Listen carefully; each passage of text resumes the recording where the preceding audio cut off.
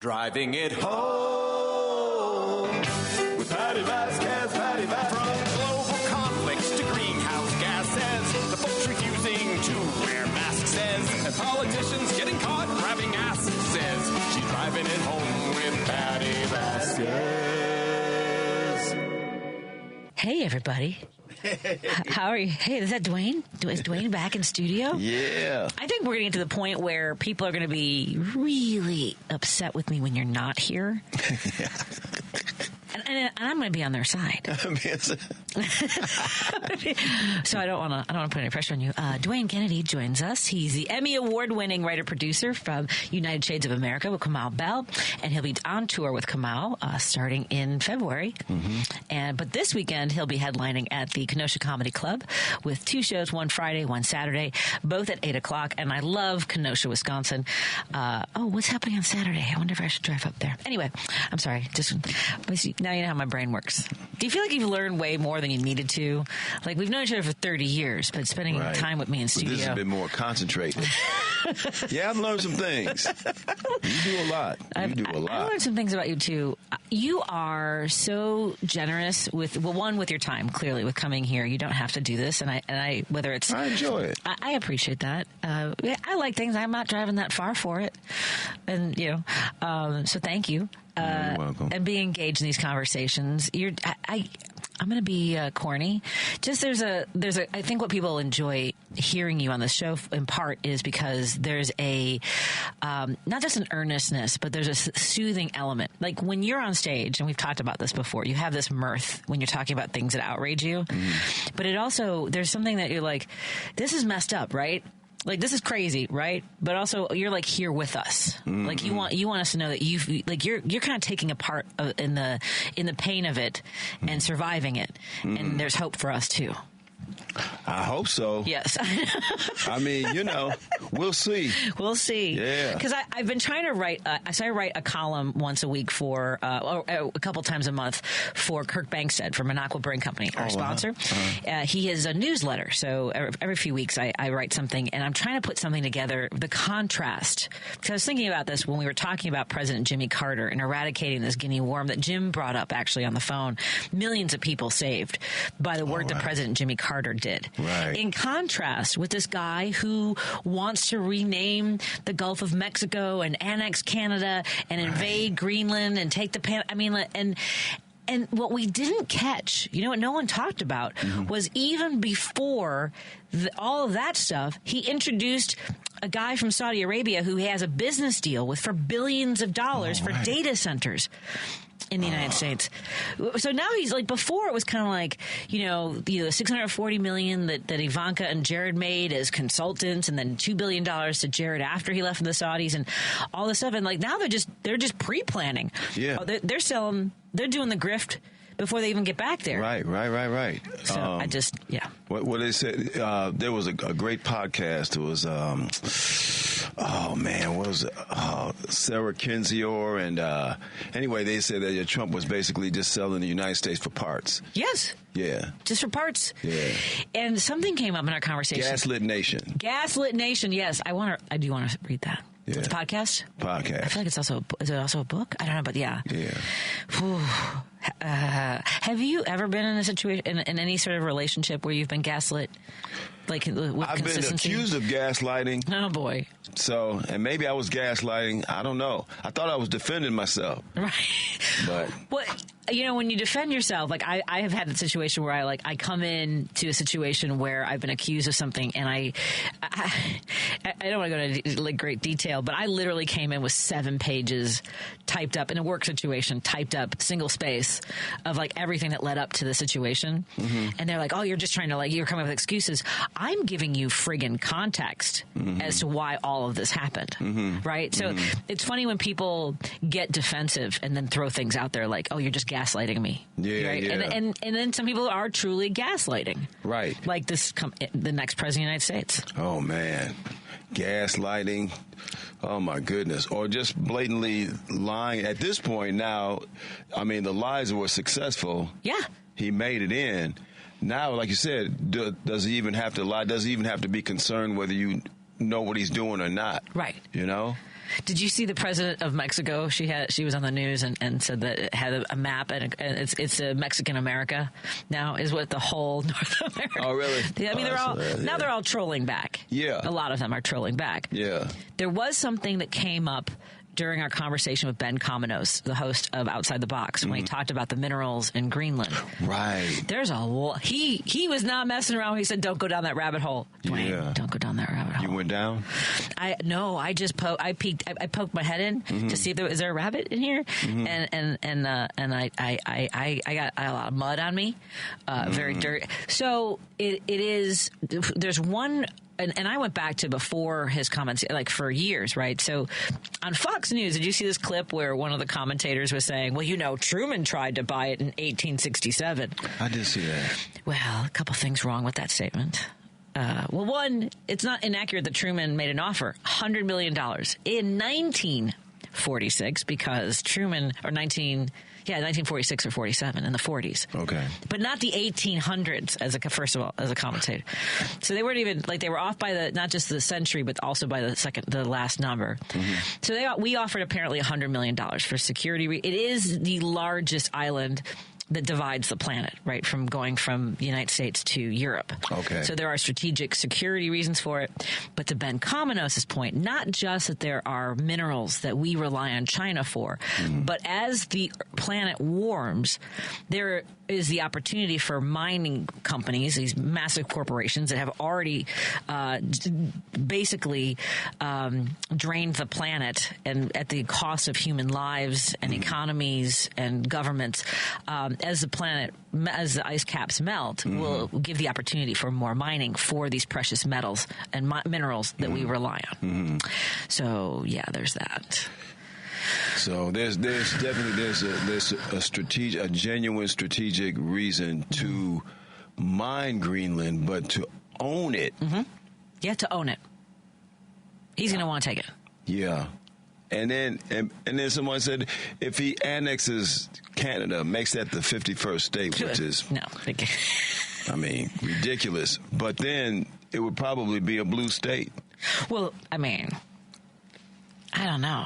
Yes, and apparently, someone was saying that don't stop showing him Stephanie Miller in the morning talks about this. Don't let him watch stuff because apparently, remember the truckers who were driving to the United States and they're like, come take us over. We need Trump as our leader. Right. Yeah. They think that's where his annexing Canada partly comes from, but it also could be climate because as the planet warms, as the ice caps melt, Canada will be a more temperate place to move to and would be a massive land grab like the United States was. Right. When people moved here. Right, and him being inspired by his hero Putin. Oh, we could take a country. He's taking Ukraine, we'll take Canada. Yeah. Oh. So there's all the chaos master. I really last night was very hard on my soul. Ben Cominos sent me down a rabbit hole. Dwayne Kennedy joins me in the studio again. He'll be at the Kenosha Comedy Club this weekend. I'm reaching for my phone because the best way for me to communicate with my producer is with my phone, and I realize I do have it, but I also need batteries and things. Anyway, remember I was talking yesterday about taking a first aid class? In case of violence and things like that. Have we talked about my go bag? Have we ever talked about go bag? I don't know, Patty. And so Steve was, and I'm going to talk to Jim in a moment because I've been watching the news in California. Do you have friends in the Pacific Palisades or in Pasadena who you've heard from? In Pasadena, Altadena, I do. Yeah. Ali. Oh, Ali. Yes. Yeah. He's all right. He's all right? Okay. Yeah. We're on a kind of text thread. Well, I'm glad to hear that. Yeah. And because the Pacific Palisades, I used to get Airbnbs in the Palisades because it's right across from the ocean. I used to go looking at the ocean. It's pretty. And it's all gone. Everything that whole area is 80,000 people have been evacuated. This is not their usual fire season as we know it, where the winds shift and things like that. Again, another environmental climate change situation. Right. And of course, Trump rather than expressing any concern for the residents, the citizens, the humans living in California in that area, he went on to call Governor Gavin Newsom. He called him Newscum. And talked about the water rights and access to water and all these things. And I mean, people's lives have been absolutely devastated. Yeah. And this POS, as my father would say, went online to make it political and to exacerbate the tragedy. Yeah. Jim's calling to talk about the fire. Jim! I'll talk about my go bag in a minute. It has to do with the fire. Hey, Jim, how are you doing? What's on your mind, my friend? Hi, Dwayne. Hi, Pete. First of all, did you ever, when I was a kid in high school, I read Murphy's Law. Whatever can go wrong will go wrong. I thought to myself, that could never happen. I mean, that's a silly axiom to use. But when it does happen to you, you're like, my God. I mean, I don't know if you've ever been in a spot where whatever you do, nothing can be right. Everything just keeps going wrong and wrong and wrong. Thank you. Anyway, but this is the era we live in. But weren't you going to go to L.A., Patty? Weren't you going to go out there? I am going to Los Angeles. Yes, I'll be in Los Angeles. So I stay in the hills on the other side, and I don't know. Well, I mean, I understand. There's 4 fires, and they're spreading out of control. My friends, and I have not heard from them, but they live near Universal Studios.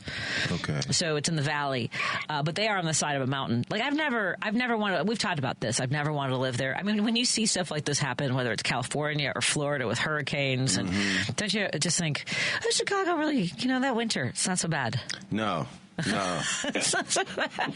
But is LAX, are they coming in and out of LAX as we speak, or do you know? I mean, I think that I heard that there was, they were grounding planes because of the visibility. Right. So I'm not sure. I'm not leaving for another 2.5 weeks or whatever.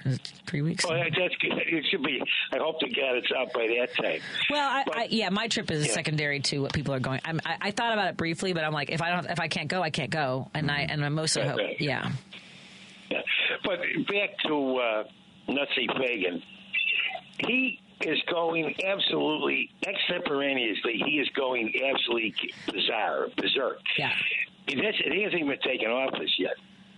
And what's interesting is the European press, the American press, they're all talking about it's going to be the biggest inauguration. Like you think it was the Majesty from the 1650s. It was, King and Queen from the 1650s. Right. I mean, that's the way they're treating this inauguration. Yeah.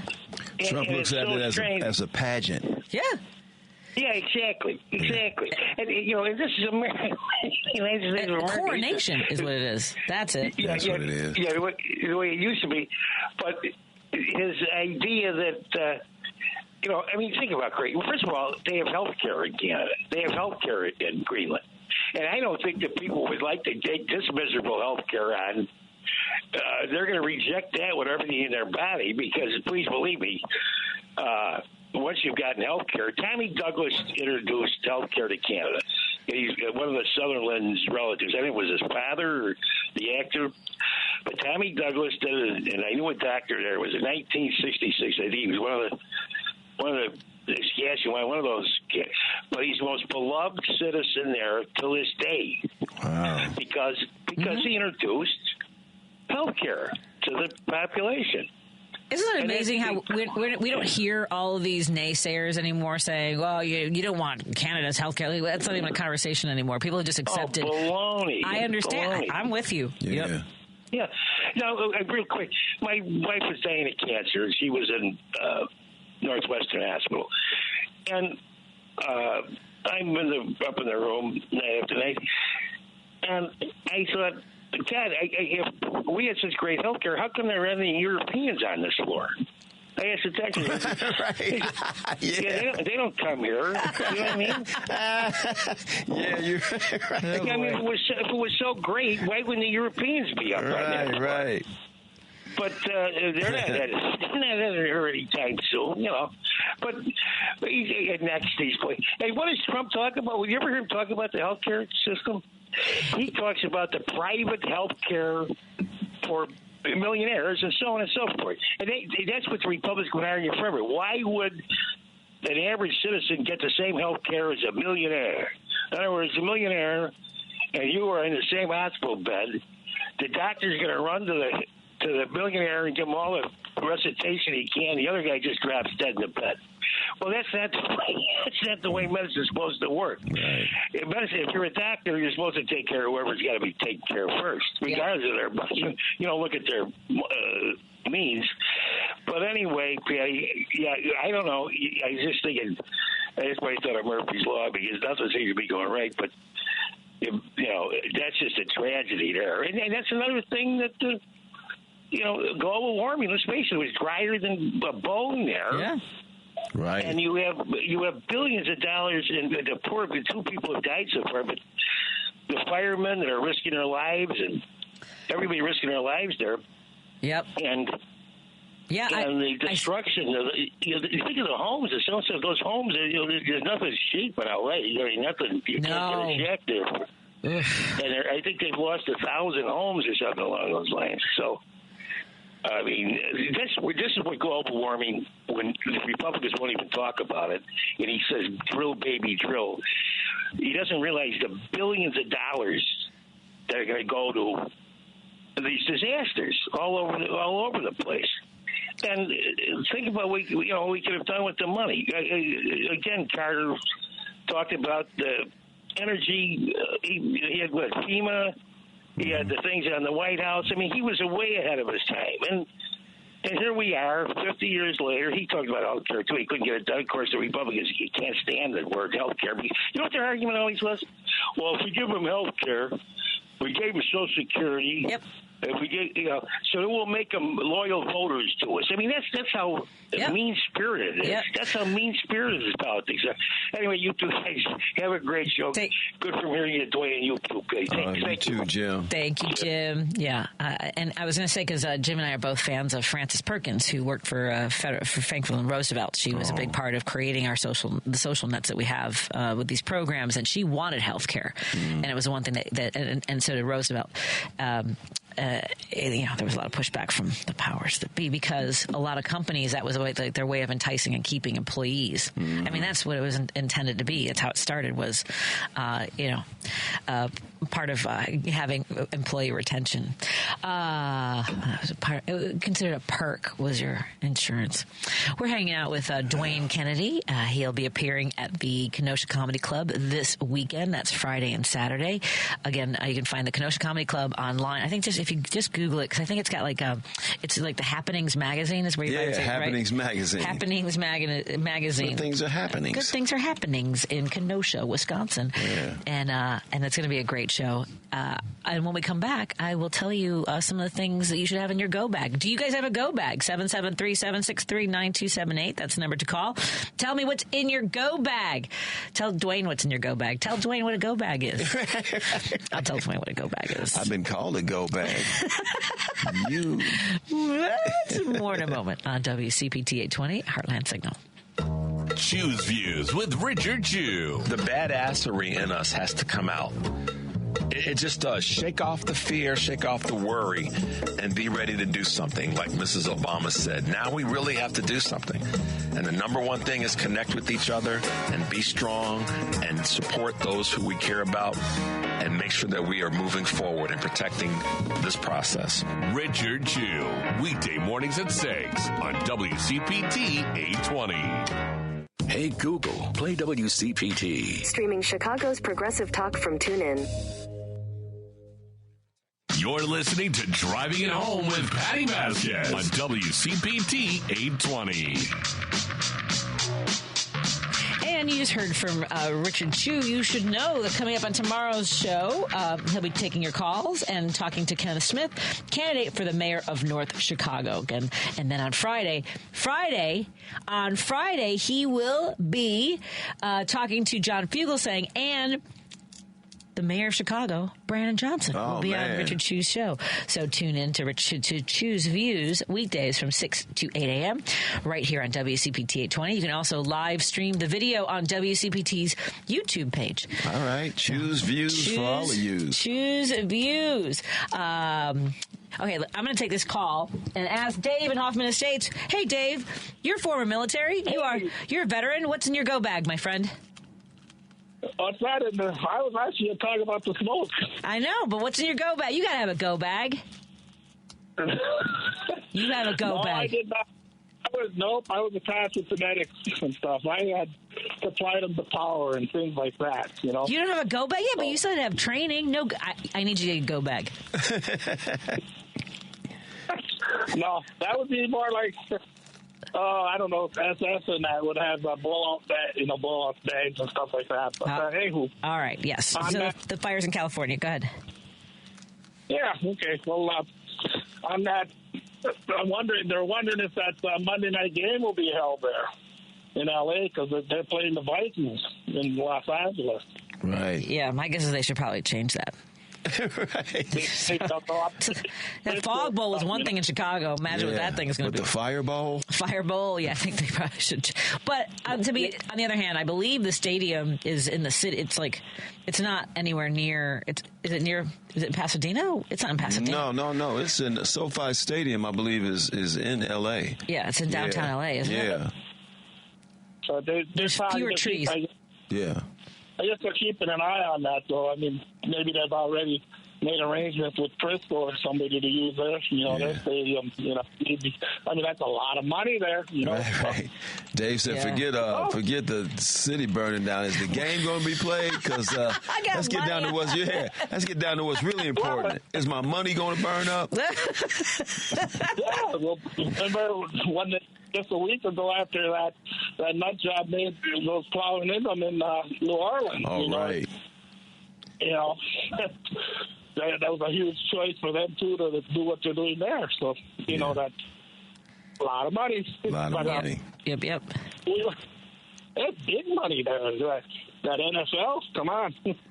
Another one, wondering about, you guys remember when Canada had the fires? That, from the trees and all the smoke. It was affecting us. Right. Yeah, right. It got caught up in the jet stream. Well, wife and I were talking, and she's saying, I'm wondering if this smoke gets up in the jet stream, is it going to, go east and start affecting some of the other places, with some of that volatile crap that's in that smoke, Yep. Oh, yeah. No, it's no joke, man, how it can affect your respiratory system. I mean, there are people who are vulnerable, who have asthma, who have, emphysema, who were affected even in places like Chicago. Yeah. I know New York was struggling from it. Yeah, New York. I was in New York when that was going on. All of New York sky was orange. Yeah. Yeah, and then people with breathing problems and all that. But another one that got to thinking kind of on the sarcastic side. God help it if it started from something from PG&E again, Right. Well, what was the cause? Does anybody know? They don't know yet. No, they don't know yet. Yeah. But I just got to think, God help them if it was something from PG&E again. That'll break that company, And, yeah, I haven't heard anything about the start yet. Yeah, and anyway, and then earlier this morning, when I took some time, I listened to Chu's show, and Karen, who calls up True Blue Politics, right? The host of True Blue Politics, yeah. They had a brain out there anyway. I know. It happens to me. That's right. Yeah, but I'm older than you. That time a few months ago when my wife had to go for the back surgery, and then she didn't know my wife had him, and she wished, good wishes to me. And when I was listening, she mentioned that she got a couple of relatives, either a son and stuff like that, in the LA area, and that they were doing good. So, Karen, back at you for thinking, of my wife and me that time. I'm thinking about you and your family, and may everything turn out okay if you're listening. So, glad to hear that. Oh, that's good to know. Thank you so much, Dave. Yeah. All right. And get a go bag. Get a go bag. I'm not going to have time to tell Dwayne what's in a go bag. Right. Now we have to have someone call and tell us what's in a go bag. Thank you, Dave. Thank you for the good news. Take care. Thanks. Talk to you later. Let's get to Gregory in Hyde Park. Hey, Gregory, how are you doing, my friend?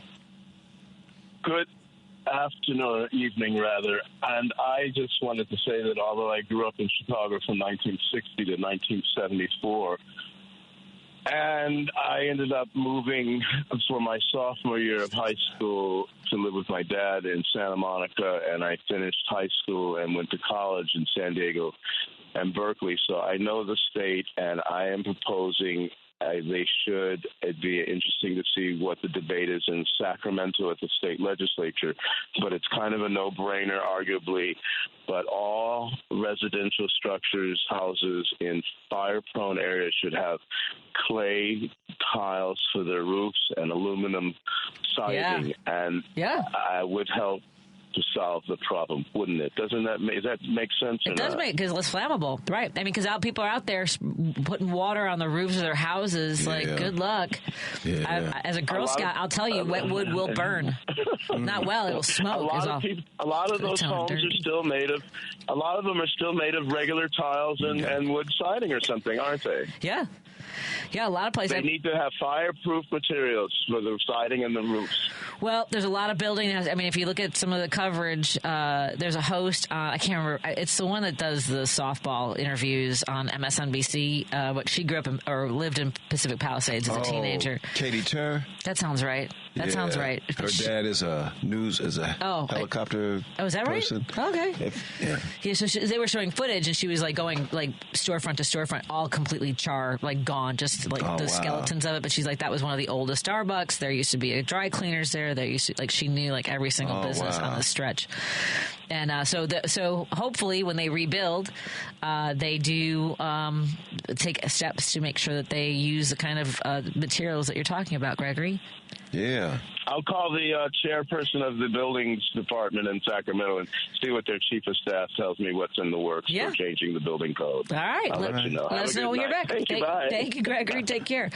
Okay, so I have we'll have to wait on the go bag. I promise before the end of the show, you and I will talk about a go bag. All right. However, our next guest, I'm really excited about this because our next guest coming up after the weather report and our break had a 50-year-old book that he had never returned to the library, and we're going to talk about how he's using that story and turning he's helping uplift literacy through the story of having kept a book for over 50 years. Because now Chicago Public Libraries forgive people who haven't returned books, which... Yes. I wonder what that fine was. Would have been, right? I think there's a limit. We'll find out. And there used to be a forgiveness day too. Like if you bring it back by now, we'll pretend like it never happened. Right. And I did that a lot when I was a kid. More after this on WCPT 820 Heartland Signal. We're hanging out with comedian Dwayne Kennedy, Emmy Award-winning Dwayne Kennedy, who you can catch this weekend at the Kenosha Comedy Club, right there at the Wyndham Hotel at the Harbor. More in a moment. You know that you can listen to Chicago's Progressive Talk on WCPT AM 820. Stream us live at WCPT820.com and on the TuneIn Radio app. Or you can ask Alexa, Siri, or Google to play WCPT from TuneIn. But now you have another option. We're simulcasting our programming overnights, 8 p.m. to 6 a.m. on WSBC AM 1240 for a clearer reception in and around the city. Chicago's Progressive Talk, WCPT 820. And now overnights on WSBC 1240 AM, where facts matter. WCPT 820, Chicago's Progressive Talk, where facts matter. Listening to Driving It Home with Patti Vasquez on WCPT 820. Thank you so much for joining us as we continue our drive home. Again, joining me in studio is comedian Dwayne Kennedy, appearing this weekend at the Kenosha Comedy Club. Yeah. And I will tell you, did you spend a lot of time in the libraries when you were a kid, Dwayne? A little bit. I spent a significant amount of time there in my early 20s for a little while. I was just going there every day because I was supposed to be going to work and I didn't have a job anymore. It was someplace to go. Yeah. Read up. I spent a lot of time as a child at the libraries, also being asked to leave. I know it's hard to believe I'm a little chatty. My friends. So sometimes you're embarrassed by how much trouble you get into at the library, that maybe you don't return your books on time, or maybe you really like a book, or maybe you forget or you lose track of it. So let's find out why Chuck Hildebrandt found an overdue library book from 1974 and is now helping uplift the story of literacy. Hey, Chuck, thank you so much for joining us today. You're out with me and comedian Dwayne Kennedy. How are you doing today? Hey, good, Miss Patti, Mr. Kennedy. Thanks for having me on. Appreciate it. Yeah, absolutely. Okay. First of all, let me ask you, where'd you grow up, my friend? I'm sorry? Where did you grow up? Oh, I grew up in Warren, Michigan. Okay. And so, I went to the Warren Public Library one day in 1974, and I took out this book called Baseball's Zaniest Stars, which, that as a baseball-crazed middle school kid, the book was geared to middle schoolers, so that's what I was. It was a perfect fit at the time. Okay, so you take out baseball's, it's the 70s, right? Is it just all of baseball history, Zaniest Stars? Yeah, so it's about various players and managers throughout baseball history. People like Casey Stengel, Rube Waddell, Dizzy Dean, Lefty Gomez, Satchel Paige, a bunch of others, and just talks about all the zany antics that they engaged in, and was written it was written for a 13-year-old boy, and that's what I was, and it was a great book. I was going to say, it had to be those kinds of stories, not like maybe like Ed Delahanty, who maybe fell off a train in the late 1800s because he got too drunk, and or got killed because he was having an affair in the yeah. These are the stories my dad told me. What was that, Chuck? That was a little different than zany, I think. I think you're right. Yes. Okay, so 1974. By the way, so you played Little League Baseball? Yes? I did. I probably quit right around age 13 too, but I never lost my interest in reading about the game. Oh, that's fantastic! I love that. So, at what point, why did you know you had it for such a long time, or was it something you saw on the shelf and you're like, I really like that book. I'm just going to go ahead and forget to return it. Well, so I can't account for what 13-year-old me was thinking at the time. I'm sure they sent me overdue notices and whatnot. Why did they ignore them? Why did I ignore them? I have no idea. But I think 63-year-old me would have returned the book on time. But it just became part of my collection, and I just started moving around with it. So I have a bookshelf with like hundreds of books. And I don't peruse them every day, look at this book, look at that book. But one day, about, I'd say maybe 6 years ago or so, I happened to be looking at the shelf, and I saw this book, Baseball's Zaniest Stars. And I'm like, oh, hey, I still have this? I remember this. Oh, from when I was a kid. Great. But then as I was examining the book, I looked at the spine, and I saw on the spine the Dewey Decimal Number. That's the way that the library categorizes the books. And I'm like, what is this? Why is this? So I opened the front cover, and the front cover, there's a sleeve, and in the sleeve is a little paper slip that says due December 4th, 1974. Oh, boy. And I'm like, oh, my goodness. So by that time, it had already been 44 years or so by that point. And I was thinking, well, I should probably, go to the library next time I go into Detroit to visit, go into the library and return it.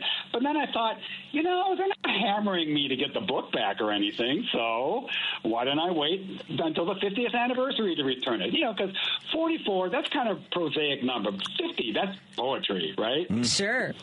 So, the 50th anniversary of your It's of your delinquency. Yeah. I know. Yeah. And it's a very special number. Yes. Yeah. Might as well go for the half century mark. Stories of. I'm sorry. Go ahead. No, go ahead, sir. No, I'm sorry. So anyway, we've all heard stories of library books that are overdue by 30 years, 40 years, 50 years, whatever. So I thought, if I wait till the 50th anniversary, then I can go into the library, see the head librarian, show them the book, offer to return it. We have a big laugh, then we contact the local media to cover it. They get good publicity. I get my name in the paper. Win-win. Seemed like a slam dunk to me, right? Right. But what I didn't expect is that when I contacted them to let them know I had the book, that they wouldn't reply to my email. I didn't expect that. Oh. Okay. Yeah. Did you with the idea that you were going to have a laugh over it, and it would be not like necessarily you're the millionth customer at our grocery store and all there's like a confetti cannon.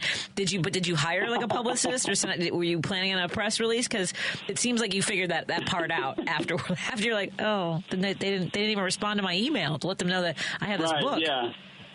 Yeah, I didn't think through how I would contact media. I'm kind of naive about that stuff, so I didn't think it through. But so what actually ended up happening? So I did go into the library the day before Thanksgiving because I went back to the Detroit area to visit family and have Thanksgiving. And I went into the library and I asked for the head librarian, and she came out from her office.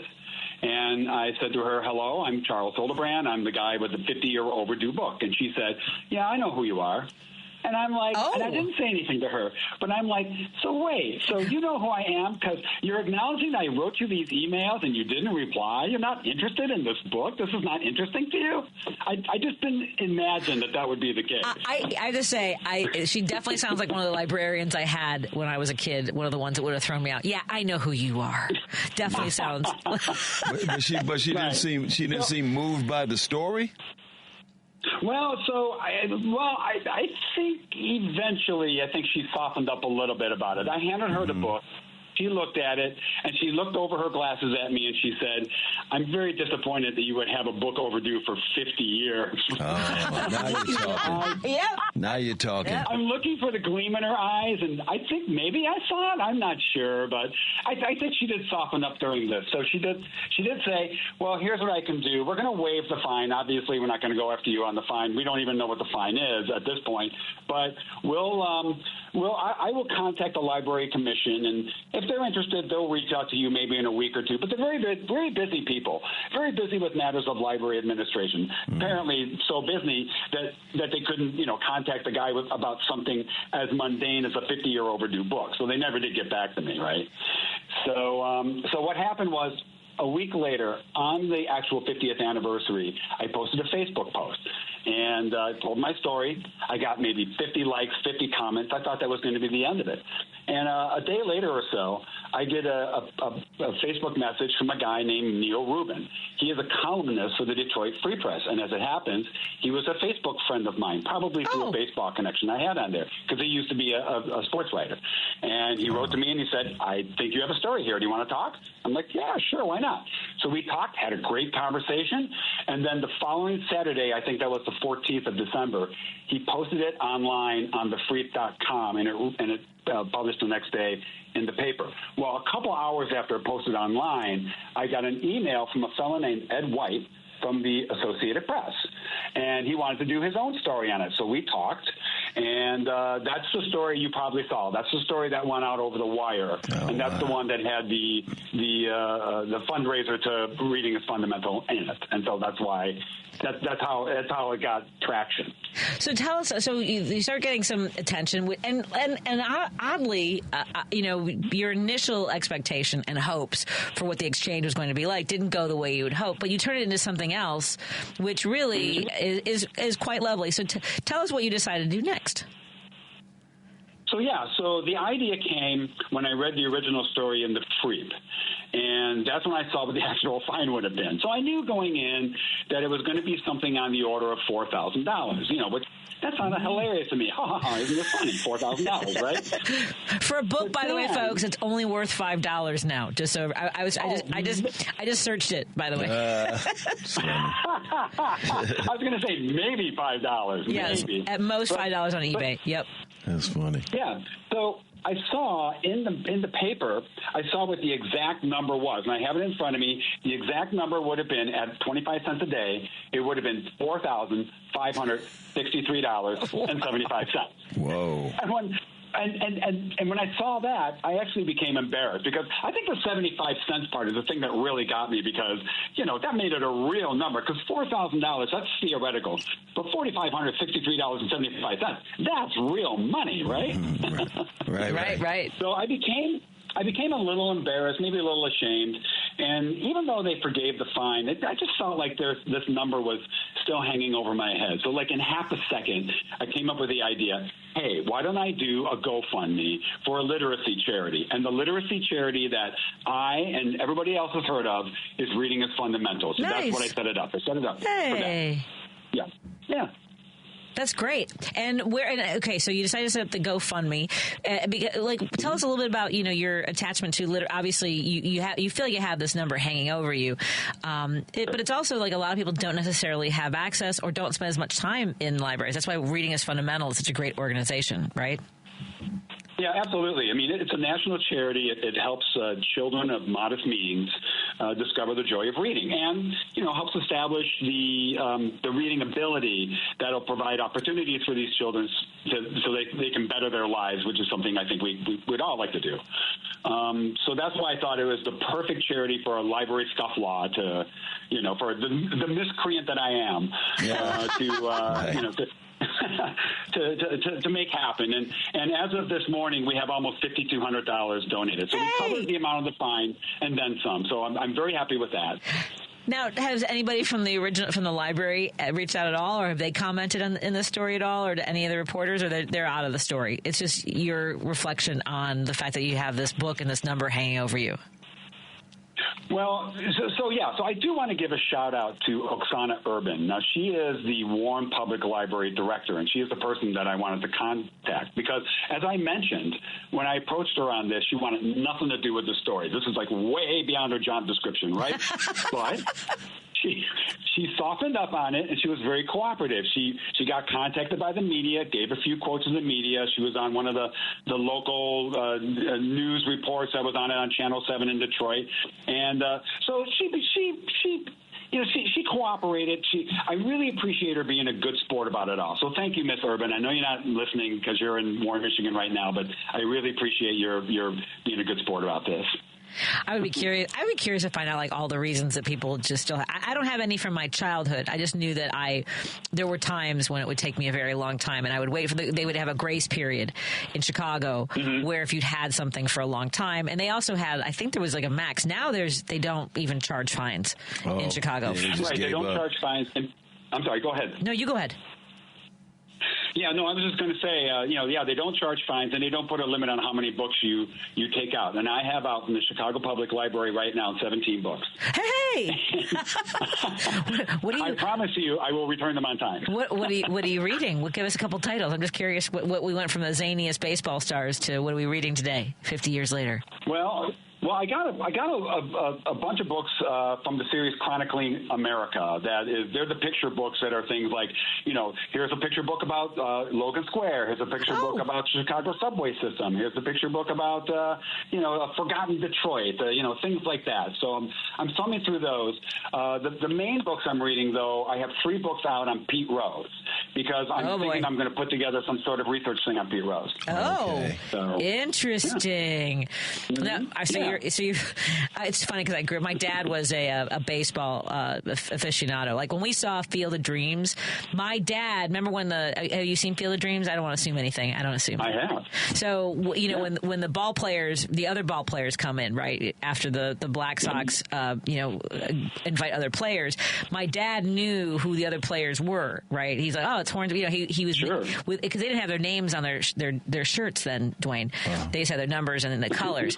And, so that's how good my dad was. Although my favorite line was, Ty Cobb wanted to play, but we hated the son of a bitch when he was alive, so we told him to stick it. That kind of thing. Right. Or whatever it was. Right. But to me, I grew up in a household. My dad was not and long before the stories about the gambling and all that stuff, he was not a fan of Pete Rose, even though he would always tell stories about Ty Cobb. So what is it about Pete Rose, in his career? Because there's some folks who think that he played a little rougher than he needed to. There's that slide in the home plate and stuff like that. What are your thoughts and your take on Pete Rose? Well, he is one of the greatest players in history. I mean, I don't think there's any question of it. I don't think he's one of the greatest 10 players in history. I think he's one of the greatest 100 players in history, maybe. Even though he is the hit king, he wasn't a real big, he didn't have a lot of power. Yeah. And he played too long. He played until he was 45. So I think that kind of took the shine a little bit off his career at the end. But I think you're right. He was known as Charlie Hustle. That was his nickname. And it was a derisive nickname that was given to him by Mickey Mantle during spring training once because he took a walk and he sprinted to first base. And Mickey Mantle's he nudges one of his teammates and says, look at Charlie Hustle out there. So that's how he got that nickname. Oh, so it was kind of diminishing him rather than it being like, oh, look at that. Because now we think of hustle as, you're working hard kind of a thing. Right. Absolutely. I mean, he turned it to his advantage. He turned hustling into a great career. And you're right. He was a very, very hard-nosed player. It was an all-star game that he cost the career of Ray Fosse when he went barreling into him at home plate, knocked him out, and he hurt Ray Fosse's shoulder, and he was never the same after that. Wow. So that's the kind of player that he was.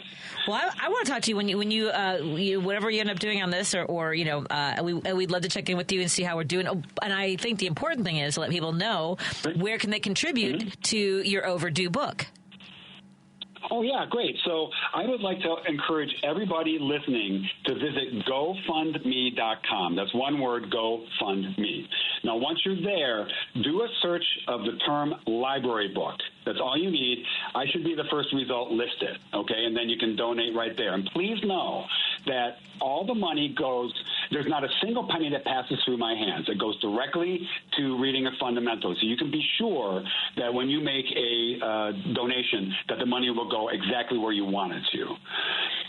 Excellent. I love that. And also, yeah, go ahead. You go. And also, when you're there, I was just going to say just one more thing. When you're there, don't worry about the thing that you see there that says tip, okay? Right at the very top, you can leave a tip. I have nothing to do with that. That is not going to me. That's something that GoFundMe does for hosting the different fundraisers.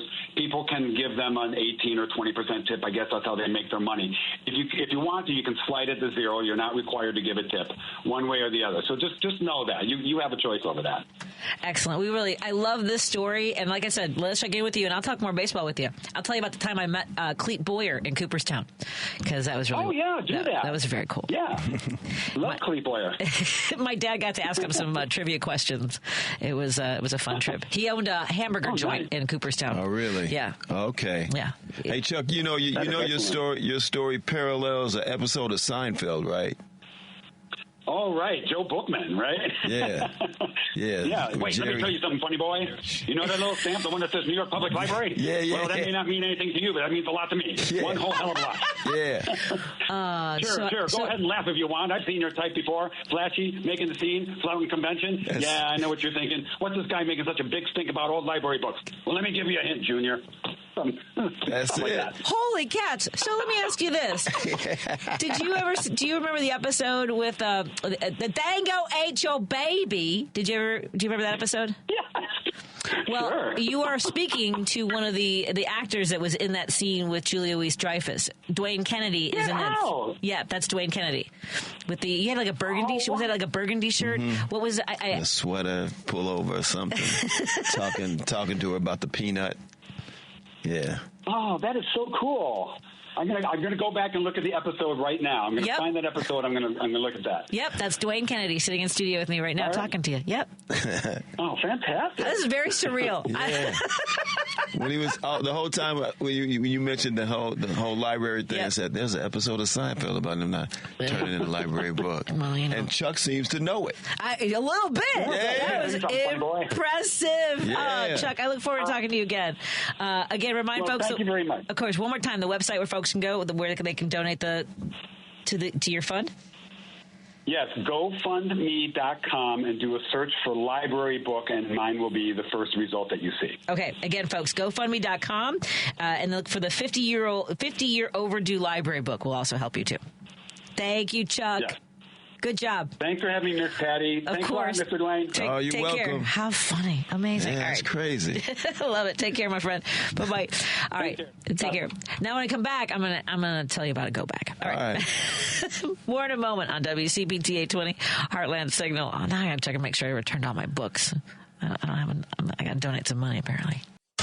This is WCPT 820, where facts matter. Listening to Driving It Home with Patti Vasquez on WCPT 820. I really could have dorked out for longer with our friend Chuck about baseball, by the way, Dwayne.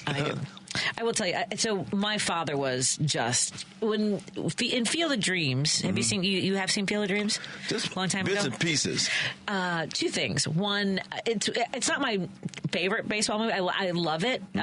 Bull Durham is my favorite baseball movie. I've never seen that. Oh, I think you might enjoy. I want to see this. There's a lot of flicks I got to catch up on. It's my remote dropper. Like if I'm flipping around channels and I see that, I love it. And I love the people who telling the story. You know why I like it so much? I think I am like Crash Davis of comedy. Okay. Like I love what I do, and I don't like. I have opened for people who've gone on to be big stars. T.J. Miller, Hannibal Buress. I've opened for you. I've opened for a lot of comics, and I was like, oh, good for them. Like I do what I do, and if supporting somebody else, whatever. But I love it for the art of it, right? And I'm believe me, I'm no Crash Davis. I'm not going to hold any records for anything. Anyway, you got to see the movie. Okay. But Field of Dreams. There's a scene where you have to see this. It won't make any sense unless you see the movie. But there's like a really there's so many stories involved. Sidney Denier? Yes. So Sydney and I were driving through Iowa, and I saw a sign for Field of Dreams, playing, the field, right, where they shooting location, and Sydney had never seen it, and I made him act out some of the scenes on the ball field. You went to the field. We went to the field. Yeah. And then you had him. We were running the bases. I had him falling off the bleacher, like pretending like he was falling off the bleachers. And he didn't even know why. He didn't know why. But fortunately for all of us, for me, there was a screening at a major theater, like in the area, so he got to see it on the big screen. Oh, and he's like, okay. And you get nervous when you're like made a big deal about something, and then you're like, are they gonna? It's a little corny. The movie's. But anyway, I highly recommend it. I want to see it. I mean, I've seen. I always the thing with, but this country's been plowed and but baseball, baseball, Ray, baseball. They will come. Yeah. Now you're gonna make me play that later. Yeah, you should play it. James Earl Jones said he was never really a sports fan. Like he didn't even really know baseball. Right. He didn't know baseball, Ray. Baseball. But I think he played a baseball player in the 70s. He actually starred in a film. I know he played The Great White Hope. He played a boxer. Yeah, but I think he played a baseball, with, I want to say, it was on a black baseball team. Oh, Bingo Long, the Traveling All-Stars. Yeah. Yeah, you're making me Google this. Yeah. Yeah. Him, Billy D. Williams, Richard Pryor. I was going to say Richard Pryor, but I wasn't. Because I remember there was a thing with Richard Pryor and his contract. Like, he couldn't be in Blazing Saddles. Right. And so he had a few behavioral issues. Was that what it was? And they wouldn't insure the film with him in it. Oh, man. I mean, it was. Have you seen Blazing Saddles? Yeah. What do you think about it? It's funny. Yeah. Exactly. I saw it. Be made now. I saw it a couple of years ago, and I was like, okay. But I didn't see it I might have seen it when I was a kid, but I didn't get it. Yeah, but he wrote. Now Richard Pryor wrote. Yes. Yeah. They just wouldn't let him be in. And then I think Richard Pryor is the one that suggested Cleavon Little to be in it. Okay. Yeah. Yeah, it's good. It's just, harsh. Well, Mel Brooks is you have to be in a mood. Well, yeah, there's just a lot of things. It's you know how like people talk about the Three Stooges and the Marx Brothers, like you either like the Marx Brothers or you like the Three Stooges. And I grew up as a Three Stooges fan, and I became a Marx Brothers fan. Like your sensibilities change. Yeah. So I think because believe me, I like a fart joke and a boob joke and a penis joke. Like the rest of them, you can't beat those. You can't beat those. Yeah, somebody getting kicked in the nuts, or something poked in the eye, exactly. smacked upside the head, and that's a lot of Blazing Saddles. Yeah, that kind of humor. Yeah. And so you have to be in the mood. So yeah. When I saw it when I was like almost 50, I was kind of like, okay. My life experiences were a little bit different. and in the 70s, I think it was it's like Airplane, right? Like I saw that when it came out. Yeah. And that was, did you see when you were a kid? I did see it. Yeah. Oh, man. I picked a bad week to quit sniffing glue. That cracks me up. I have to see that with Griffin. I don't think he has seen that movie. I think he would. Well, it would be interesting to see hear what he thought and what holds up. Yes, because there's a lot we've been watching. You know what? Heaven Can Wait.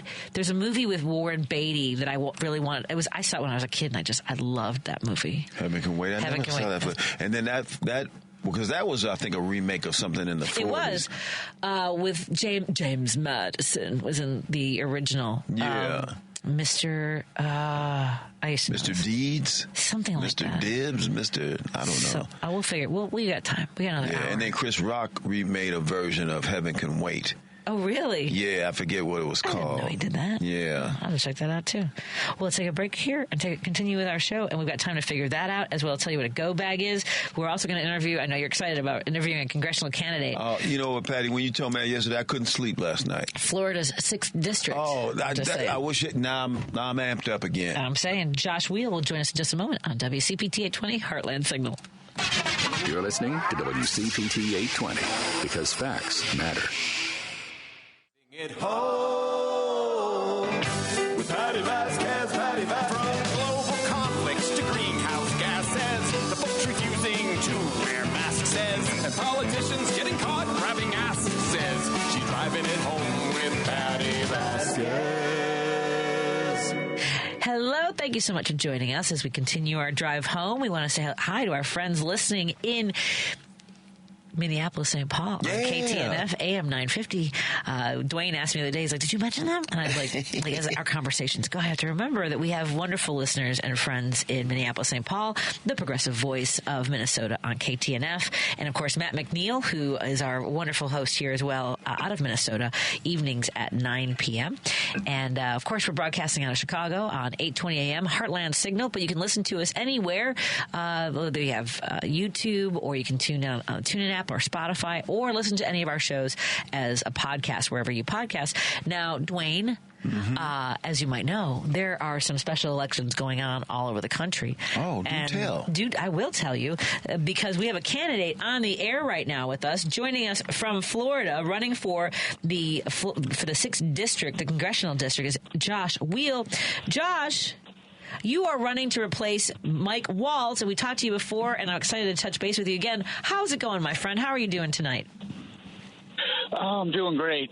It's cold here. You're going to make fun of me. It's 46 degrees, and I'm freezing my butt off. Josh, how can you manage? 46? Oh, man. It's a crisis. It's a crisis here in Florida, but it's good. It's good. The race has been fantastic. We're getting an incredible response. We raised over $200,000 in the first 40 days. Been driving around a very large district, meeting with voters, meeting with local Dems, and everywhere we go, the response has been incredible. We're building something special. It's live. Now, remind me, because this is there first a primary? Are there other Democrats vying for the seat before you get to the actual election, the special election? There is. There's a primary on January 28th. There's one other Democrat in the race.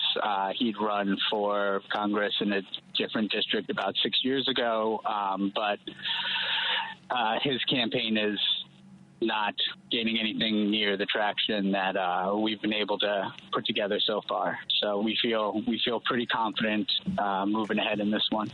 Now, with the congressional race, as you just mentioned, it's a really large territory to cover, and I help out with races, and I ran for a state rep race. So we were on the ground and we had from August to March, and we were door knocking. We knocked on tens of thousands of doors, and of course you have your digital, you have trying to buy radio time.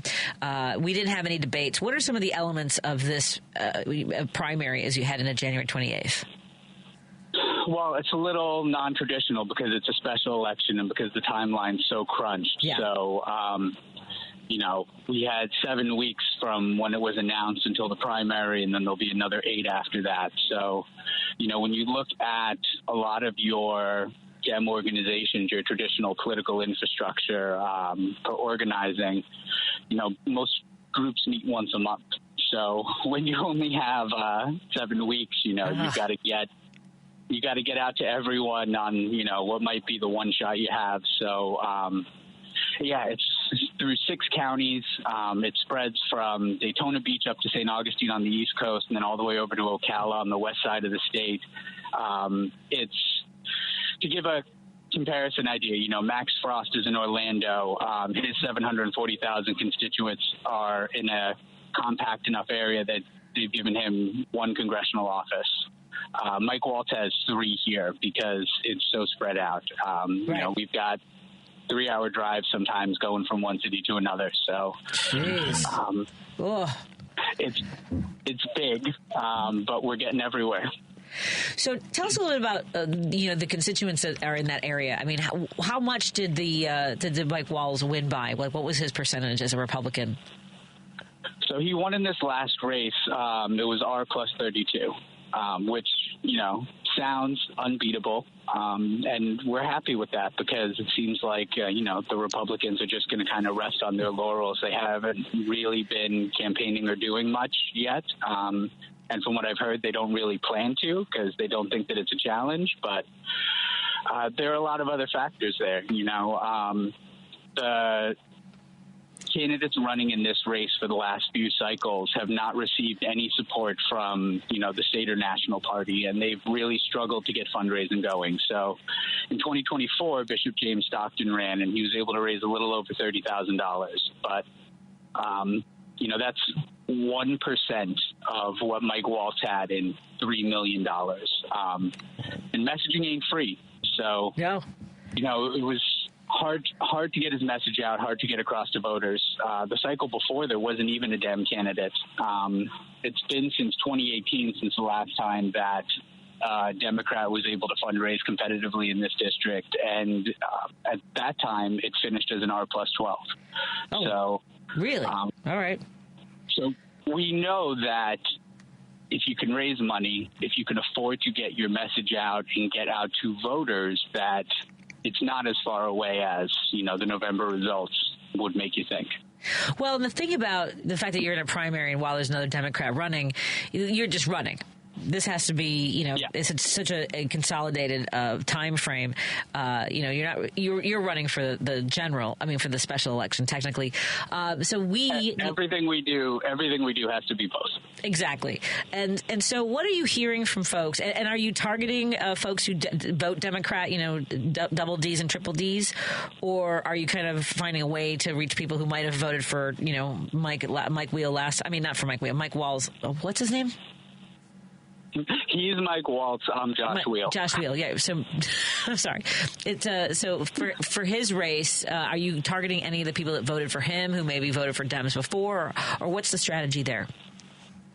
Yeah, I mean, we're talking to everyone because it's a primary and because we have closed primaries in this state. We have to have the majority of our focus right now on registered Dems and specifically, those who show up and at least vote in the primaries and show that they vote more often because we need to get people out to the polls, and everyone isn't allowed to come out to the polls on January 28th. Right.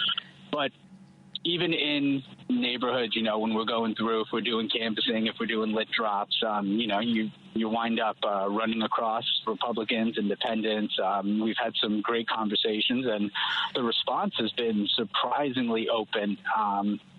I've got a great little story. I was doing one with my kids. So my two boys are seasoned political vets at this point, and so we were doing a lit drop in a neighborhood in one of the counties, and I wound up there's a woman sitting out on her patio, so I started talking to her, and she brings her husband out, and her husband is the treasurer of the Republican Party for that county, and he comes out, and he's like, "So you're a Democrat?" And he's like, "Let me tell you, I hate Randy Fine." He's like, "Everyone in the RAC hates Randy Fine. Like, wow. We can't stand him." He's like, "And I don't know who these other two guys are running in his primary." He's like, "But even if you're a Democrat, talk to me." Wow. And, I mean, that's the type of thing that never happens. Someone that organized and involved in the Republican Party to be like, "Yeah, I'll listen to what you have to say." There's open minds. And so we're talking to everyone, and we're going to take a lot of Republican votes because there's more than likely we'll be facing a very unpopular candidate. So we're going to take advantage of that every step of the way. One of the things that folks have been telling me, and I find it hard to believe, is that in the aftermath of Trump winning, that there are people who have regret or already think that he's making bad moves. Yesterday's press conference and his reliance on Elon Musk and billionaires and all this. Are you hearing any of that? Any of the fart around and find out element, or no? Oh, yeah. Really? My background being in education. I've been a public school teacher, worked in public school since 2012. Member of, I'm on the school leadership team at a public Title I middle school for the last 3 years.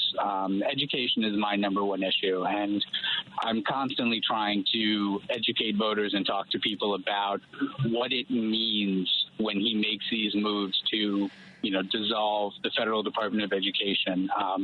The biggest threat for our schools and our students here in Florida is that the federal money is going to become disconnected from the schools. It's not going to go directly to the schools anymore, and it's going to go to the governor to, disseminate as he sees fit, which here in Florida, we know means all that money is getting rerouted from the schools that are barely surviving on it now to private and charters.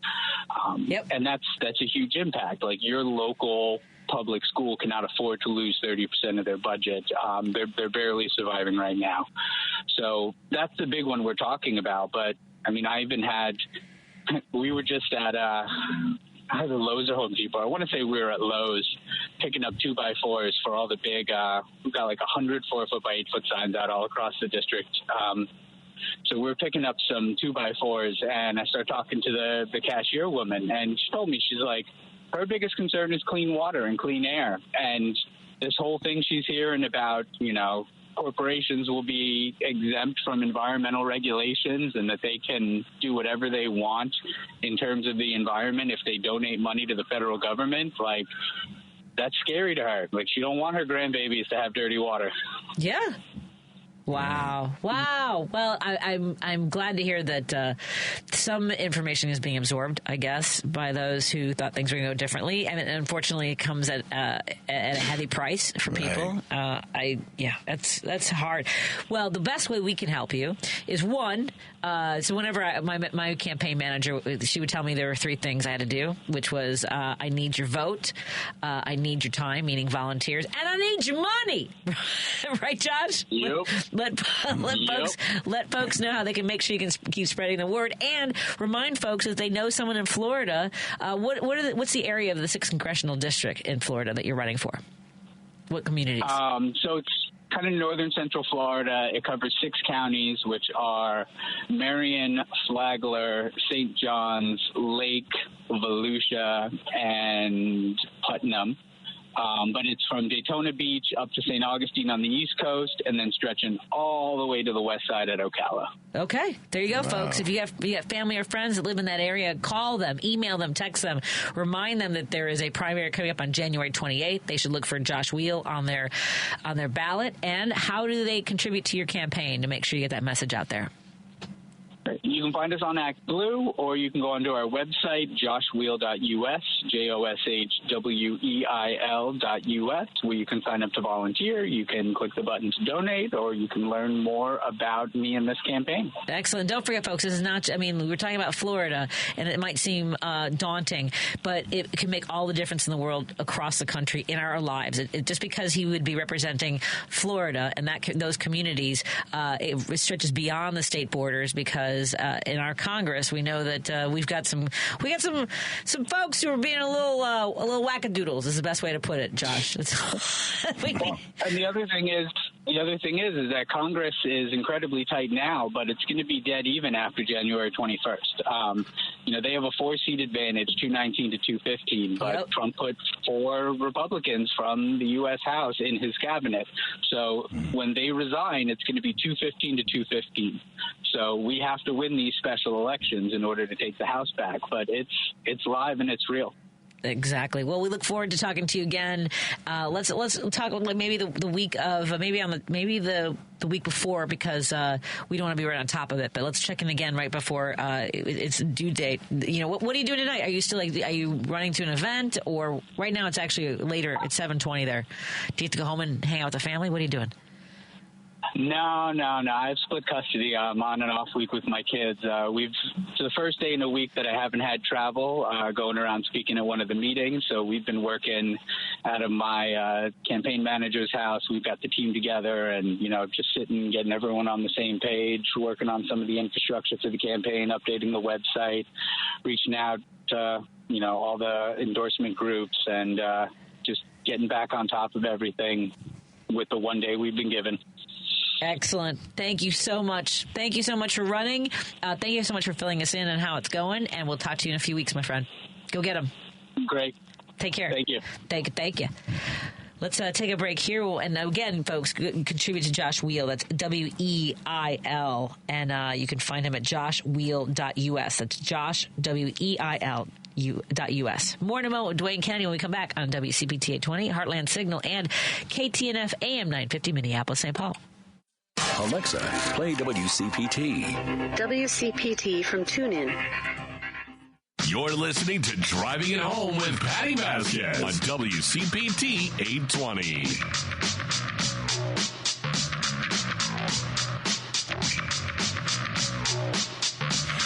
Thank you so much for joining us as we continue to drive it home. I'm your host, Patti Vasquez, and we want to say hi to our friends listening on KTNF AM 950 Minneapolis, St. Paul, as we broadcast here at WCPT 820 Heartland Signal. And Dwayne Kennedy joins me in studio. He'll be appearing at the Kenosha Comedy Club this Friday and Saturday, and those are 8 o'clock shows. It's a really fun little town. They have one of those. Do you drink beer? Not really. There's a place like this. They have like a wall of beers, like literally like just spouts, and you just like fill. Wait a minute, in Wisconsin? Hold on, Patty. Are you sure?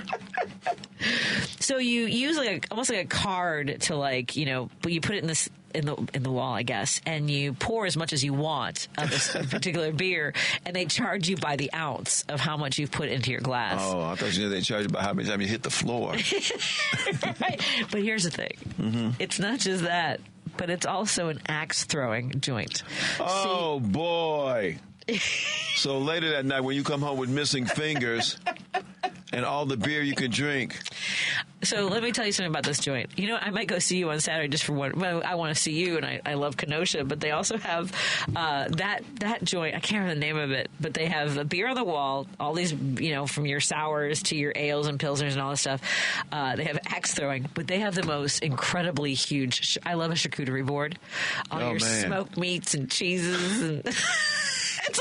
It's like Patty, you are so blue collar, Midwest. Oh my! I know if I, I said, what can I get Patty for Christmas? A defibrillator. I was so happy today. Steve and I were out grocery shopping, and I found. Oh boy! I was so happy because I found turkey pepperoni sticks. Oh man! Oh man! Because I'm like, I've been eating too much pork. I should cut down to just salami. Just salami. Yeah, I love salami. I love. Oh man! Prosciutto. Give me some bologna. I'm a happy. Fried liverwurst. Yeah. Hey, Patty, we can have your heart do a guess, but what does your heart have to say about? I gotta take you to the brat stop. Yeah, you talking about the brat stop. The brat stop. I'm gonna tell you something. I love you. Everything. The day it was something, and what was that hot dish stuff? Oh, remember you brought in I think Adam. Adam did it was the tots. Dish, right? It was a hot dish because it was Governor Walz's recipe. Yes. It was like tater tots and like sausage and stuff. Oh my God. First of all, I never heard of hot dish before. I was waiting for you to finish the sentence. Right. We're bringing in a hot dish. Hot dish or what? No, that's it, Dwayne. Hot dish. And when I saw that hot dish. Yeah. First of all, thank you so much for including me in everything. And also, no thanks. No thanks. Oh, hey, I did okay last 4th of July. I brought some to those burgers were good. Thank you very much. Those are some good burgers. Thank you. I appreciate that. Yeah. Okay then. I just couldn't go hot dish with you, my girl. That was Adam Seltzer. Yeah, he made a hot dish. He makes some interesting dishes too. And it seemed to be good. You liked it. Everybody was eating it. You mean a tater tot? Oh my God. Yeah. Oh, Patty. I started working out today, and can I tell you? So on YouTube, you can just use workouts. There's millions of workouts. Oh yeah. I'm not gonna lie to you. It's been a minute since I used to do CrossFit, and I've done mixed martial arts and stuff like that. Yeah. I'm not kidding when I say I did a seniors workout, literally from the chair to the floor. Mm-hmm. gotta start small. Tater tots were pulling you down. I mean, maybe a salami or two. Oh, man. Let's get to Steve on the line. Steve, you're on with me and Dwayne Kennedy. I was thinking about you the other day. If it's a Steve, I think it is. Hi, Steve. How are you doing? Hi, good. I called it is my Steve. Hi, Steve. How are you doing? It's been a minute. But I also want. Hello. Hi. Yes. Hi.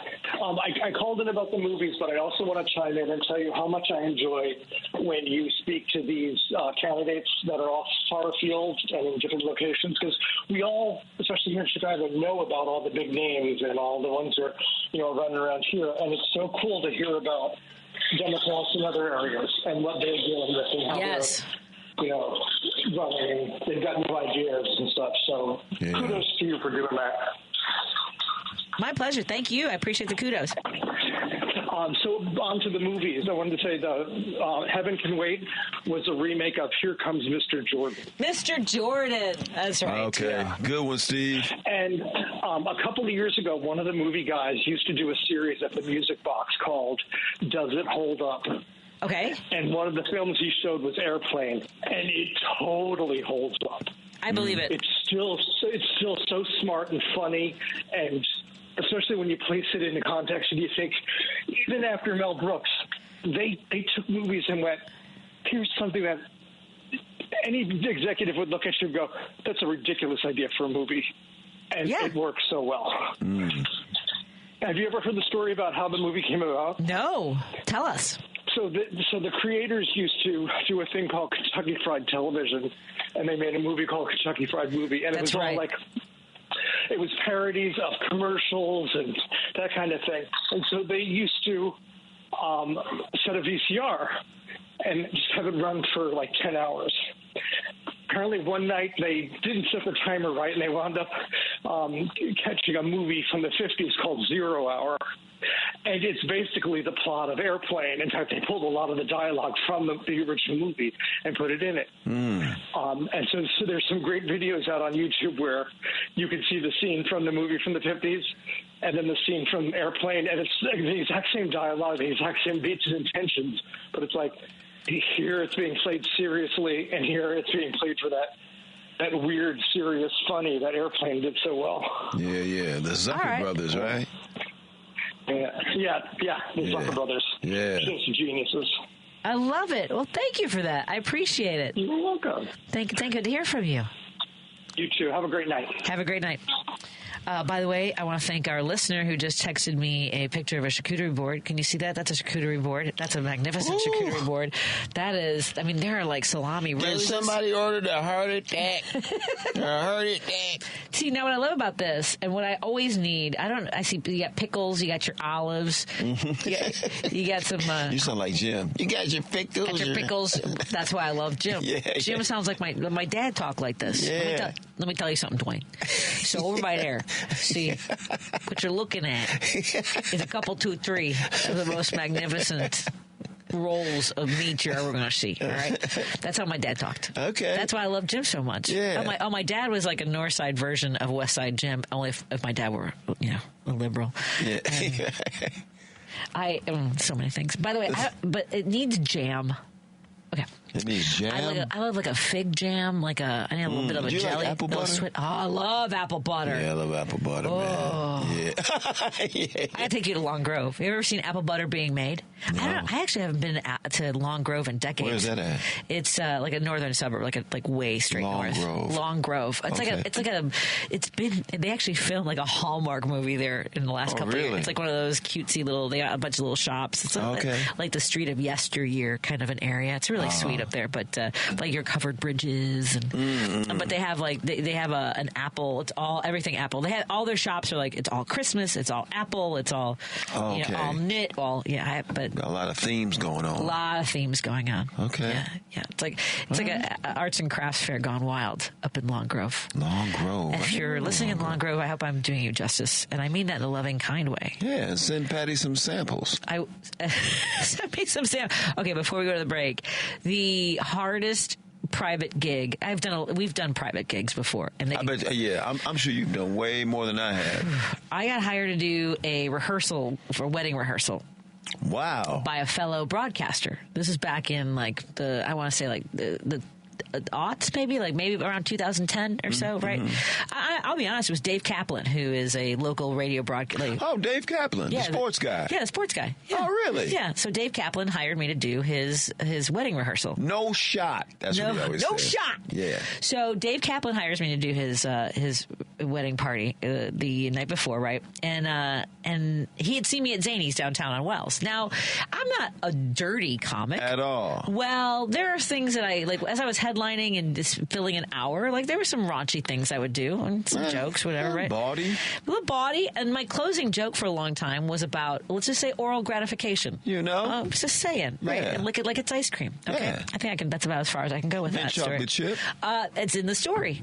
That's my favorite. Is that your favorite? Yeah, it's my favorite. That's my favorite, too. Really? Not today, but the last 2 days I've driven up here, stopped at Baskin Robbins, got mint chocolate chip. Mint chocolate chip. That's my jam. You've never seen my old closer was about asking, when I started doing comedy, that I wanted to be dirty. When I started, I was dirty. Yeah? In 1995.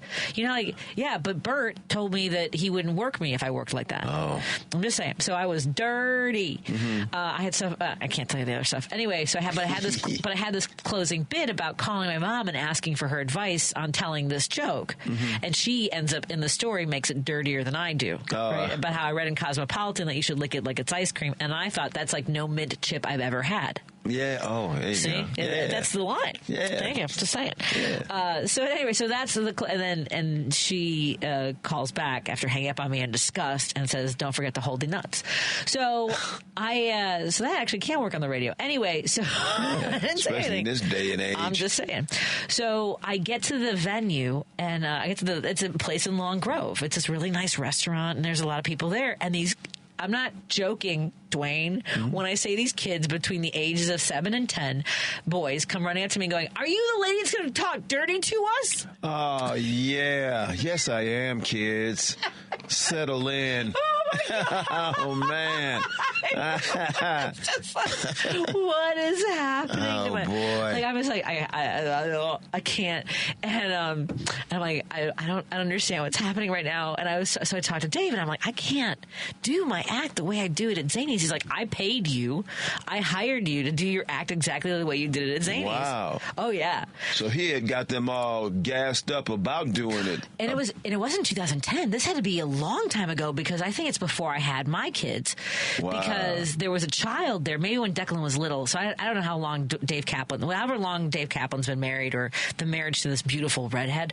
She's gorgeous. Way over his skis on that, by the way.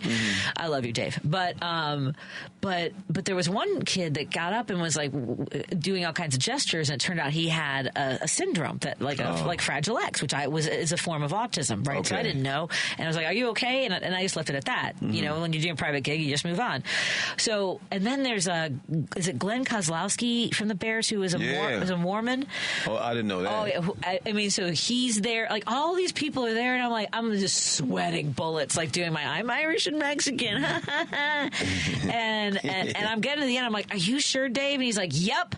And I have to do the hold the nuts joke, and I'm like, "Okay." I got the check. Yeah. I was just like, "Okay." It was a weird. Are you the lady that's going to talk dirty to us? He got them all gassed. Guess what? There's a lady here. She's going to be telling oral sex jokes. She is? Yeah. Just wait, kid, if you're good. Do you know what their explanation was to me? What? They said, "Well, we watched The Sopranos with them." Oh, what? Those kids' parents. I know, but I mean, but it's different when you watch The Sopranos with your kids, and you have a woman standing in front of a room full of people who are there to celebrate. Not everybody has the same. You're getting the energy of everyone, and Glenn Kozlowski's looking at me like, "What is happening?" Really? It was no. He was very kind. Yeah. Everyone in the room. I was going to ask you, how did it go? Everyone was fine. I don't know. You were more conscious about it than they were. In my head. Yeah. Because, I get that, again, you can't separate your personality from the check. I get that I'm getting the check. Right. But I'm still me on the inside. Right. It's I remember... he didn't buy your values. He didn't buy your sensibilities. He didn't pay for you not to be neurotic. And that's why I'm never going to be famous. Well, do you know what I'm saying? Like I'm just like, that's not what I want to do. You know what I'm saying? Like, yeah.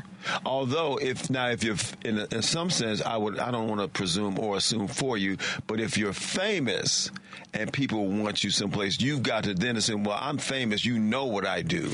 Yeah, but I could never be a bitch about it. Do you know what I'm saying? Mm-hmm. Not a bitch. I could never hold. And also, I would. You and I've talked about this. I would rather have the financial success of it than being famous. Oh man! Right. So if I just have if I had to pick, I'd take the financial success. Absolutely. So, but if it's just the financial part, then you still have to sign the contracts. Like our friend Hannibal was doing a performance for I think it was Loyola, one of the Catholic schools, and they gave him a contract with what he could or couldn't do, and he opened. Do you remember this? He had he basically opened with here's what they made me sign.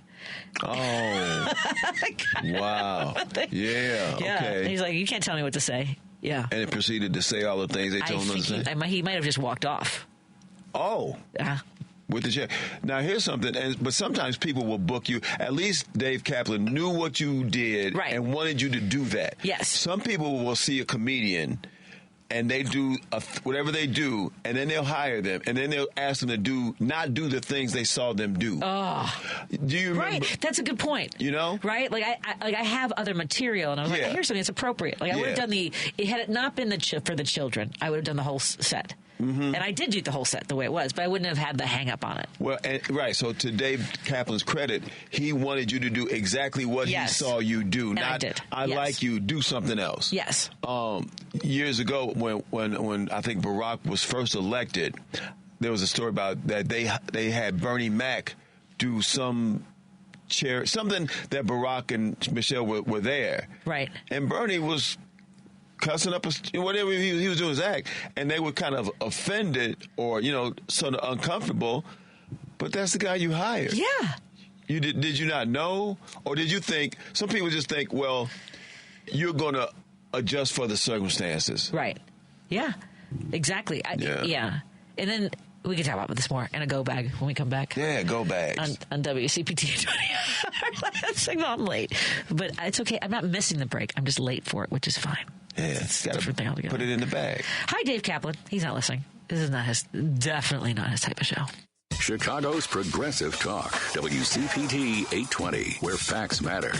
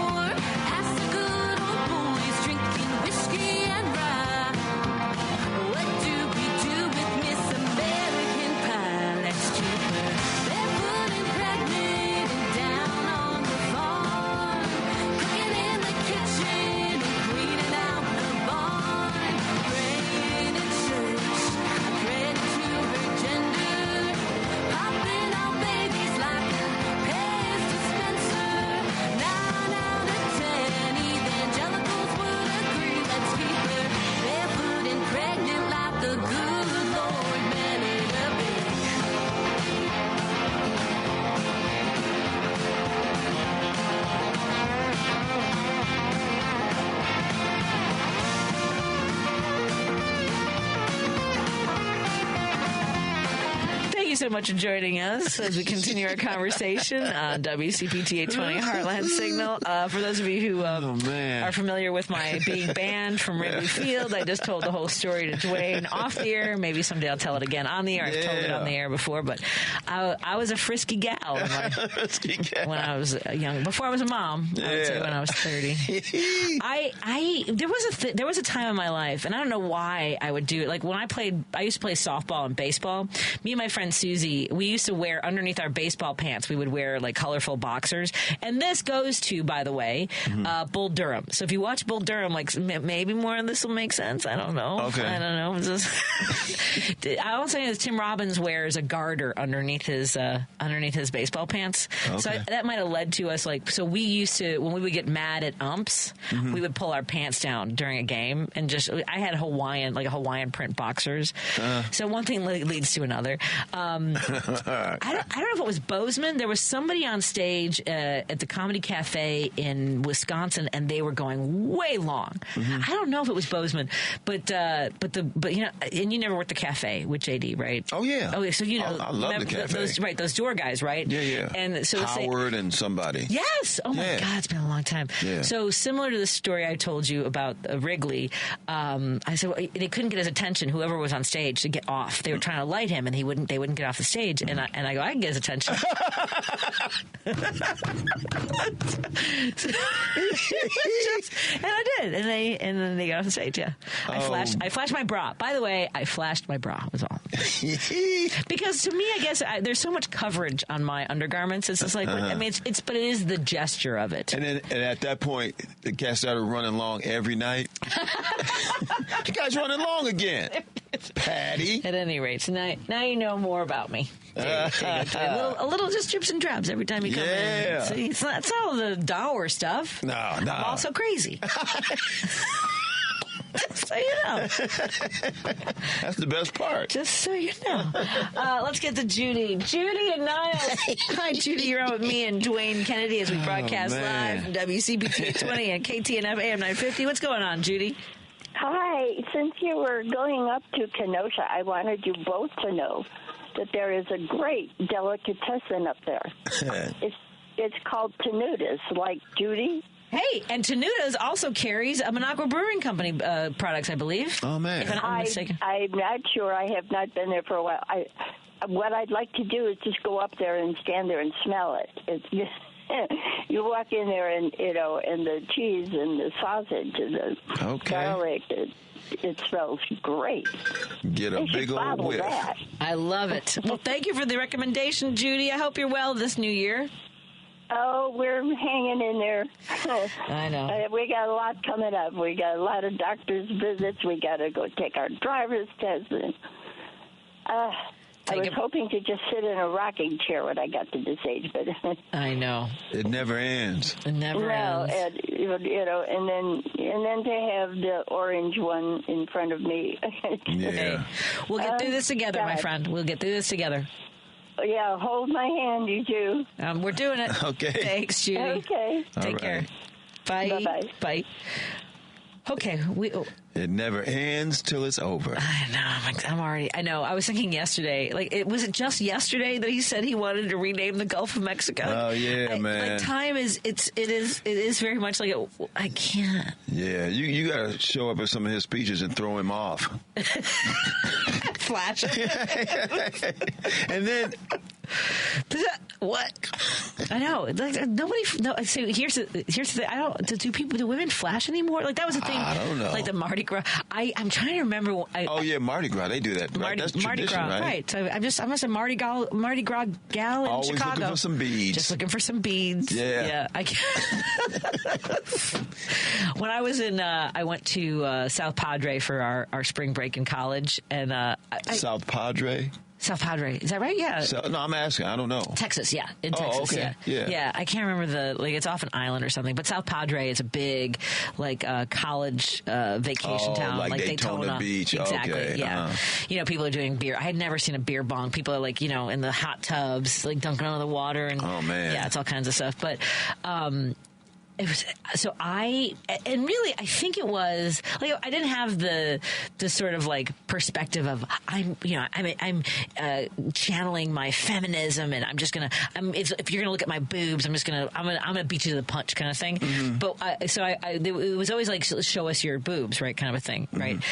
and I actually have a bit about this in my act. It took me a long time to craft, even with Bert's. I don't know where you're going with this material, but eventually became Save the Boobies, which I Oh yeah, that was a good one. Yeah, right. So I built it from like that we use our breasts are used for marketing, and then I went from there, kind of stuff, right? Mm-hmm. But in South Padre, I was just like, if you want to see what they look like, I started wearing my bra on my shirt on the outside.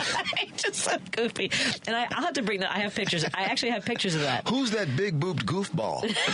Exactly. Because to me, it was more funny than it was sexy. Yeah. You know what I'm saying? Yeah. Like it's like, really, this is like, I gotta carry these things around. This just hurts my back. Man. Wow. Yeah. All right. Let's take a break here. And we'll talk about it. Maybe we'll get to my go bag, because God knows I have 2 go bags. Let's go after this on WCPT Signal and KTNF AM 950. Because facts matter. You're listening to WCPT 820.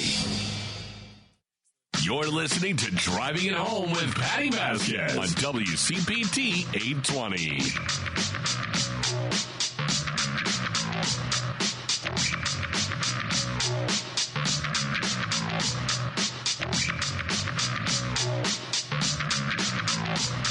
Hi, everybody. Thank you.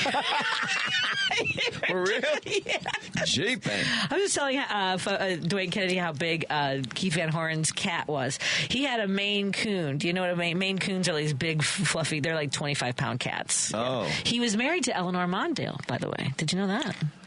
I think I did know that, now that you mention it. I have told the audience before that I dated Keith Van Horn. That's not why I have a go bag, just so you know. The go bag. The go bag is when Keith Van Horn finds me and telling these.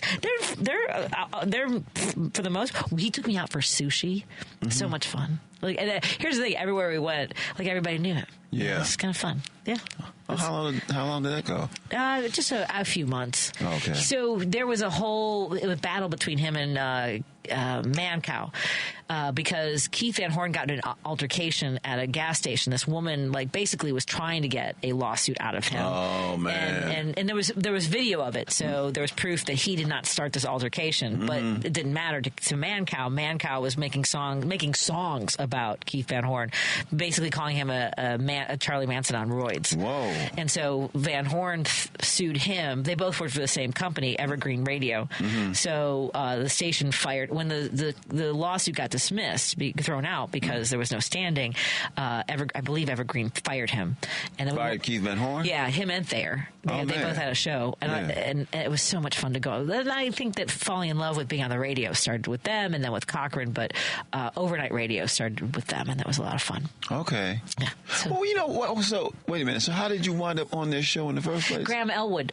We were all at KJ Riddle's. We were doing. I was like, I don't know if I had a guest set or I was emceeing, and Graham said, "Hey, I'm going down to do Keith Van Horn and Tom Thayer's show." They would invite comics on. Mm-hmm. My friend Dan Z actually has the recording of me being on 97.9. Oh wow! It was Dan or Phil. One of my friends recorded it. Yeah. And that was your first time on the radio? Yeah, that was my first time on a radio show. Yeah, and I got asked out by a world champion, Super Bowl champion football player. That was kind of cool. One of the 85 Bears. Yeah. I actually have his contact info. I asked a mutual friend of ours for his contact info, but I don't even know what I would say at this point. Hey, remember when, that big cat. He had a beautiful wall. I love wine, and he had a wine cellar like in his living room, like massive barrels of. It was just a great display of his wine collection. Man. Yeah, great house. In I shouldn't say where he lives because he might still live there. Right, let's get to. We're never getting to the go bag, Dwayne. We have to come back for the go bag. Hey, Paul, what's on your mind, my friend? Hey, so who aced you out? Which Bears football player aced you out? Asked me out. It was Keith Van Horn. Oh, asked you out? Yeah, I dated Keith Van Horn briefly. Oh, okay. Well, I'm glad you let that one out of the bag. Let that one on the back. I've talked about it before. Yeah, okay. I was thinking about underwhelmness from Paul in Seattle. Go ahead, Paul. Well, flash your bra. Maybe I'll pick up from there. The belly's more protruding. That was good. So Trump yesterday saying that first of all saying we're going to take Greenland because we need it. Yep. That would be really disturbing to I would think all European countries, including, well, especially Denmark, Denmark is Greenland's the province of Denmark. And by the way, it's like 25% larger than Alaska. It's huge. Greenland is huge. Yeah. But then he said, because you wonder, is he going to create some kind of conflict with Denmark, giving him an excuse to, put up a naval blockade around Greenland? I mean, this is what Polk did to get the Mexican territory, because Mexico went all the way up into, all through the West Coast and up into almost as high as Washington State. Right. I mean, and that's what Polk did. Started a conflict across the Rio Grande. Said, "Oh, they attacked us," and then so now we can kick their butts and take their land. So you got to wonder if Trump's got something like that in mind. But then he said, other than wanting to rename the Gulf of Mexico, the Gulf of America, the Panama Canal, we need that too, and we gave it to them, and now China has it. I mean, have you heard this? This is the first time China controls the Panama Canal, right? Yeah. China. And it's like, so if this was happening, how come the Republicans weren't screaming about this along with their border crisis, that Biden has allowed China to control the Panama Canal? But more than that, he says, we gave it to them. Okay, now, let's say I'm your neighbor, and I have a farm, and you say, hey, or I'm Panama, and you say, you mind if we come and dig a 50-mile trench through your country from sea to shining sea so we can drive our boats through it so we don't have to drive around? And you go, oh, what? No kidding, God, you really will do that for me? And I was like, what a big favor. I mean, who the hell Panama didn't need the Panama Canal. It's not like, right. It's kind of like you could charge a toll to go through it, which is the only thing that's in it for them. Why do you need a big honking trench through your country?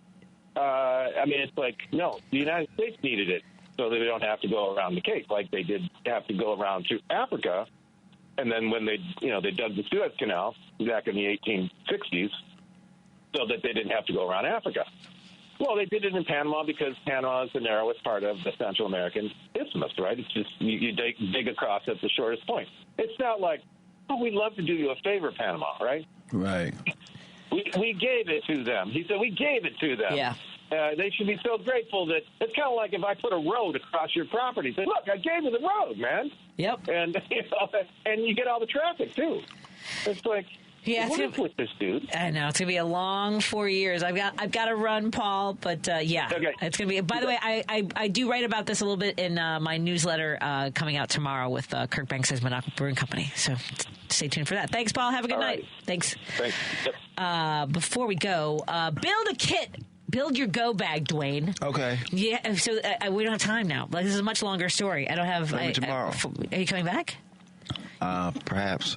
Yeah. Right. So maybe I'll tell you about my go bag. All right then. We'll wait till tomorrow. Everyone, by the way, you can go to ready.gov/kit to learn more about building a go bag and a kit. So we'll talk about that more tomorrow. Because I need to tell you that coming up on Joan's show, she'll be talking to Congresswoman Nikki Budzinski. So make sure you're tuning in to Joan's show between 2 and 5 p.m.